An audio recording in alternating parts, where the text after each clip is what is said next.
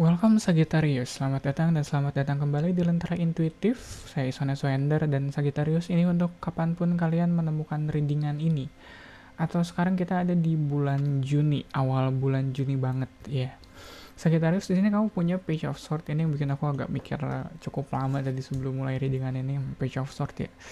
Iya, mungkin apapun yang lagi kamu lakuin sekarang, kamu kerjain sekarang, kayaknya ini masih butuh banyak penyesuaian gitu kali ya. Kamu belum bener-bener tahu semuanya di sini. Jadi ini kalau kalau aku biasanya bilang ini masih masih butuh banyak riset nih, kayak gini nggak bisa buat buat bener-bener apa ya dilanjutin. Oke, tapi kalau kamu terlalu percaya diri di sini kayaknya nggak ada, jangan jangan jangan ke situ dulu. Nggak, aku nggak ngerasa ini titik dimana kamu bisa sepercaya diri itu dengan ide kamu sekarang, walaupun kesannya mungkin on paper gitu, di atas kertas ini bagus nih, ini brilian, tapi gak tahu pada pelaksanaannya bakal banyak banget yang harus kamu perbaiki dari apapun ini yang lagi kamu kerjain. Dan mungkin ini juga ngasih tahu soal diri kamu, pribadi kamu yang apa ya, kadang terlalu excited duluan gitu di awal. Yang jelas kayak ini kalau mau mulai hal baru seru nih, tapi nggak tahu pas ntar udah turun ke lapangan, ntar pas udah pelaksanaannya kamu bakal se-excited itu nggak? Begitu ngadepin trouble pertama misalnya, atau apapun gitu, ntar di begitu pelaksanaannya kamu ngadepin trouble apa gitu, apakah kamu bakal tetap semangat gitu? Apakah kamu bakal tetap excited kayak sekarang? Ya mungkin sekarang kamu excited karena masih planning, karena semuanya masih belum pasti ya, tapi ntar begitu udah ketemu masalah yang real, aku nggak tahu nih kalian bakal tetap excited atau enggak. Soalnya crossing the reading di sini ada death. Kalaupun iya ini bakal lanjut, kayaknya excitement kamu yang bakal berkurang. Kayaknya ini project atau kerjaan, atau kayaknya apa ya, ya dua hal itu mungkin. Bisa juga soal hobi mungkin, atau apapun yang kamu rencanakan, dan kayaknya ini butuh perencanaan yang cukup matang, nggak bisa setengah matang terus kamu eksekusi, enggak sih. Ya di sini dead, di sini mungkin bakal ada bagian dari rencana kamu yang kamu biarkan mati, atau mungkin bagian dari diri kamu kali ya, ketidakdewasaan kamu, ke apa ya, kekurang matangan dari pemikiran kamu harus kamu relakan. Minimal harus kamu akui kalau oh ya di awal aku mikirnya kurang matang nih soal ini. Ada aja pasti, kalau apa ya, ya apalagi kalau kita terlalu excited di awal, ada aja pasti masalahnya. Cuma kan pada akhirnya itu kan proses pendewasaan.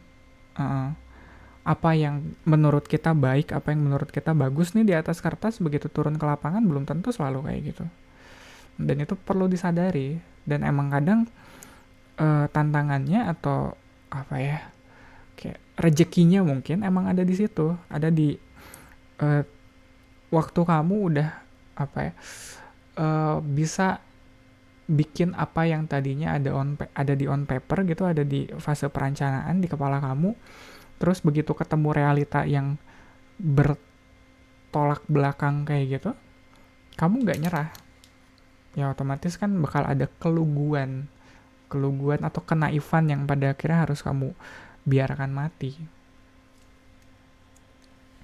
Di bawahnya ada the lovers fruit of the reading ya. Ini momen yang tepat, momen yang baik untuk kamu lebih memahami lagi diri kamu. Soalnya kadang ya gap antara perencanaan dan pelaksanaan kadang harus dijembatani dengan seberapa jauh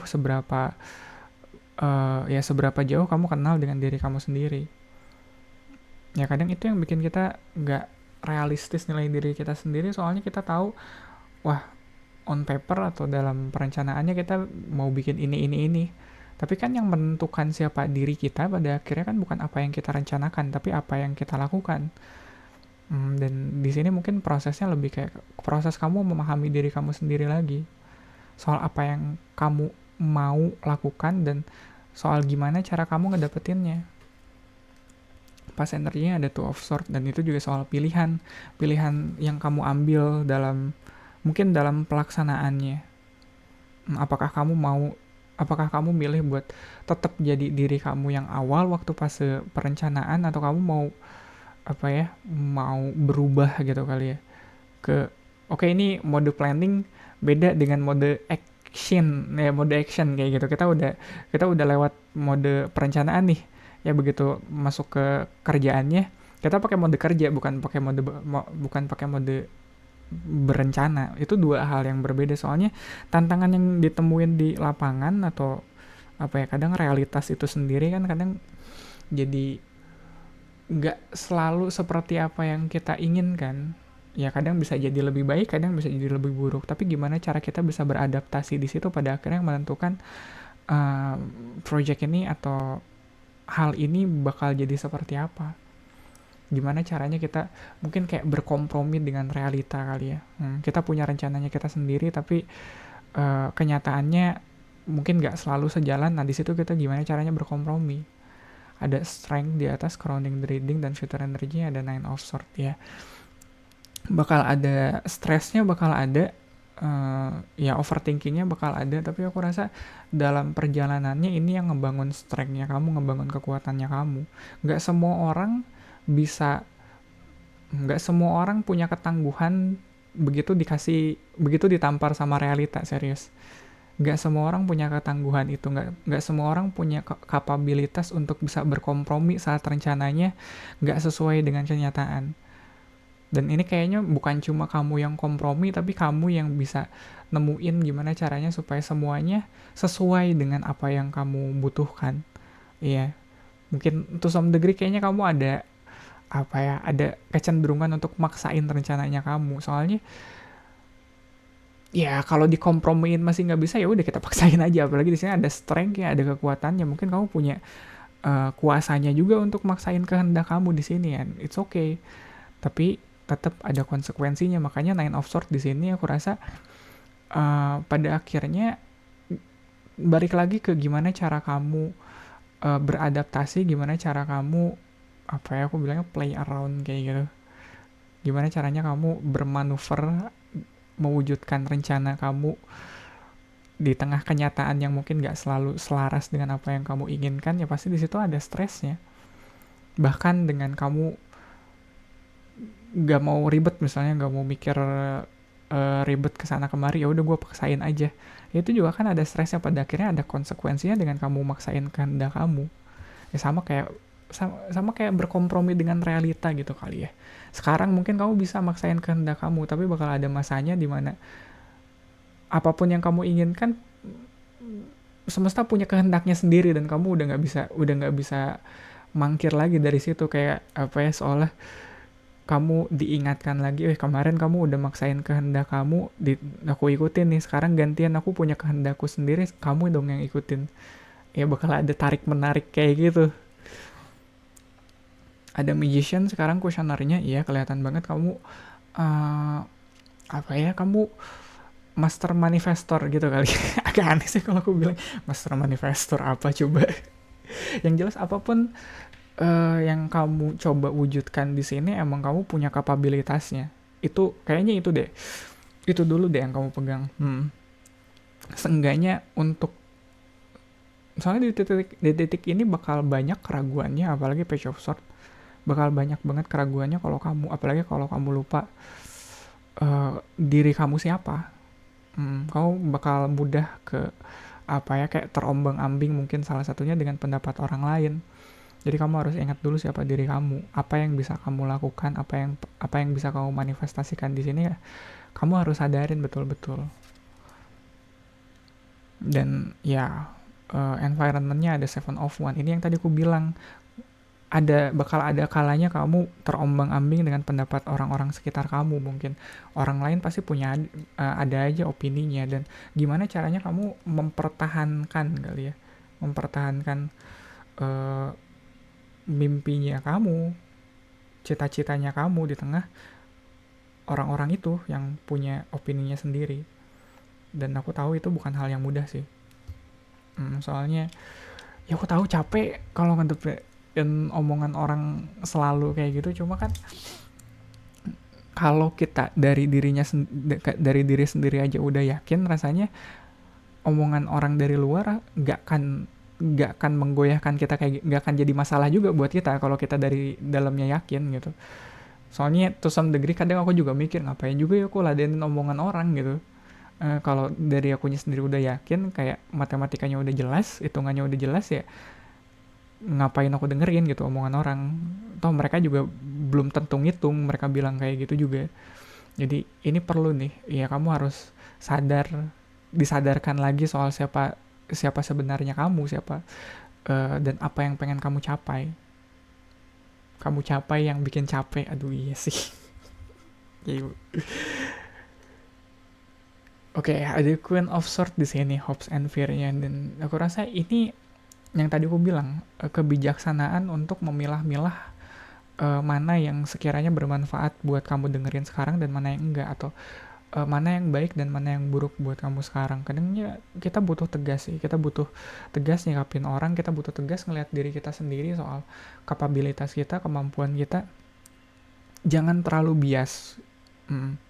Soalnya ya apalagi kalau terlalu excited di awal, terlalu percaya diri di awal tuh, yang kayak gitu itu yang bikin kita bias sebenarnya. Modal semangat doang pada akhirnya kan nggak akan bikin kerjaan kamu selesai, kan semangat ada habisnya gitu. Pada akhirnya kan kalau ngelihat Queen of Swords di sini, mungkin konsistensi kamu kali, cara kamu nge-maintain semangat kamu, cara kamu nge-maintain kinerja kamu tahu kapan waktunya buat fokus, kamu juga tahu kapan waktunya buat ya udahlah ini bisa agak santai kayak gitu. Dan kalau ngeliat Queen of Swords, dia juga cukup tegas ke dirinya sendiri. Dan aku rasa kepercayaan diri kamu bakal muncul dari situ, karena kamu tahu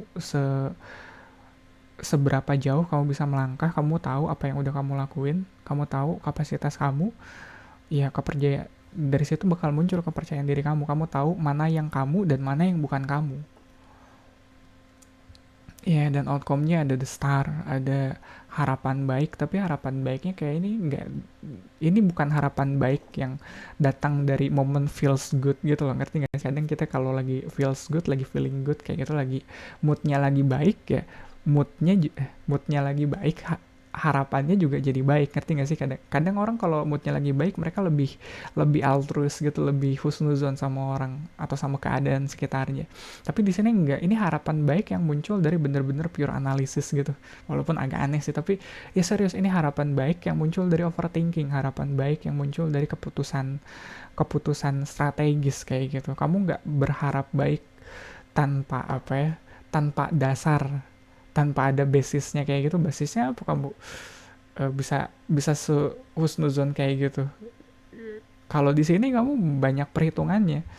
Kamu tahu buruk-buruknya bakal kayak gimana, kayak ya kayak ruginya bakal serugi apa, amsyongnya bakal kayak gimana aja, dan kamu tahu hokinya bakal kayak gimana. Jadi mungkin itu yang kamu pegang dan mungkin itu yang kamu butuhin sekarang. Harapan baik yang kamu bangun bukan dari bukan harapan kosong, tapi emang ada datanya, emang strategis. Kadang iya, agak aneh, mungkin agak asing aku juga ngedengar konsep ini, harapan baik yang dibangun dari dari strategis, dari analisis gitu. Tapi ada aja ya, kadang kita kalau terlalu banyak dipikirin, kita punya kecenderungan untuk lebih fokus sama hal buruknya gitu loh, Nine of Swords di sini.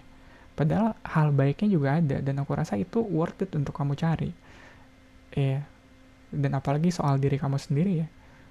Jangan kamu lihat jeleknya diri kamu sendiri doang, tapi bagusnya, kualitas baiknya juga harus kamu lihat dan harus kamu akui. Dari situ baru dari situ kepercayaan diri kamu bisa muncul. Gitu kali ya Sagittarius untuk readingan kamu kali ini. Thank you banget untuk supportnya, buat like, comment, dan subscribe. Thank you banget yang udah like dan subscribe. Dan mungkin kamu juga bisa bantu share video ini ke Sagittarius lain yang lagi butuh pesan ini sekarang. Readingan zodiak untuk Sagittarius ada di hari Rabu barengan sama Capricorn, Aquarius, dan Pisces.